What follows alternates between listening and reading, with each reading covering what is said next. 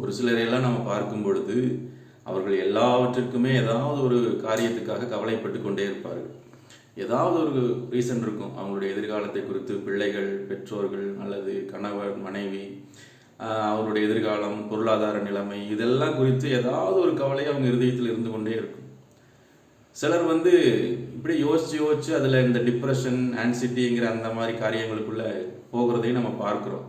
சிலர் நல்லா இந்த மாதிரி யோசிச்சு யோசிச்சு கவலைப்படுகிறதுக்கு ஒன்றும் இருக்காது, இருந்தாலும் கவலைப்படுகிறதுக்கு ஒன்றும் இல்லையேன்னு நினச்சி அதுக்காக கூட கவலைப்படுற ஆட்கள் கூட இந்த நாட்களில் இருக்கிறாங்க. அப்போது இந்த மாதிரியான விஷயங்கள் நம்ம பார்க்கும்போது வேத வசனங்கள் சொல்லுகிற காரியங்களை நம்ம கேட்கணும்.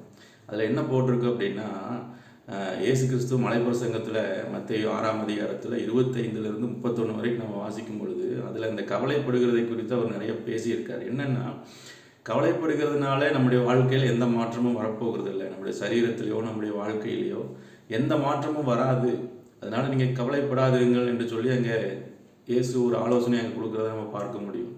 பேதுரு கூட தன்னுடைய நிருபத்தில் எழுதும்போது 1 பேதுரு 5:7 பார்த்தீங்கன்னா, அவர் உங்களை விசாரிக்கிறபடியால், கர்த்தர் நம்மை விசாரிக்கிறபடியால் நம்முடைய கவலைகளை எல்லாம் நீங்கள் அவர் மேலே வைத்து விட்டு நீங்கள் ரிலாக்ஸாக இருங்கங்கிற ஒரு ஆலோசனை அங்கே இருக்குது. அப்படி வேதத்தில் நிறைய இடங்களில் கவலைப்படாதீங்கிற அந்த வார்த்தை ரிப்பீட் ஆகிட்டே இருக்கும். காரணம் என்ன அப்படின்னா, இயேசு நம்முடைய வாழ்க்கை கவலை இல்லாமல் சந்தோஷமாக அவருக்குள்ள சமாதானமாக வாழ வேண்டும் என்பது தான் இயேசு கிறிஸ்துனுடைய விருப்பமாக இருக்குது.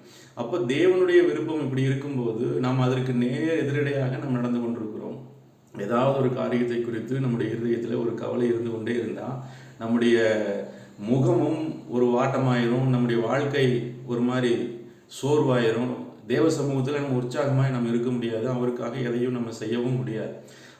அதனால தான் இந்த கவலை என்கிற அந்த காரியத்தை கர்த்தர் முழுவதுமாய் ஒதுக்கி வைத்து விடுங்க, அதை நீங்கள் விட்டுருங்க, என் மேலே வச்சிருங்க, உங்கள் கவலைகளெல்லாம் என் மேலே வச்சுட்டு நீங்கள் சந்தோஷமாக இருங்கள், என்னுடைய வார்த்தையை நம்பி நீங்கள் மகிழ்ச்சியாக இருங்கள் என்று சொல்கிறார். அதனால தான் நம்ம வேத வசனத்தை நம்ம அதிகமாக நம்ம வாசிக்க வேண்டும். அதில் இருக்கிற காரியங்கள் நம்மை ஆறுதல் படுத்தும், நம்ம தைரியப்படுத்தும், நமக்கு ஆலோசனை கொடுக்கும். இந்த காரியங்களை நம்ம மறந்து போகிறதுனால தான் சிலர் இந்த வேத வசனங்களையும் வாசிச்சுட்டு கவலைப்பட்டுக்கிட்டே இருப்பாங்க. அவங்கள நம்ம ஒன்றுமே செய்ய முடியாது. இயேசுவே வந்தாலும் அவர்களை காப்பாற்ற முடியாது. ஏன்னா அவங்க இதையும் வாசிச்சுட்டு கவலையும் பட்டுக்கிட்டே இருந்தால் என்ன செய்ய முடியும்?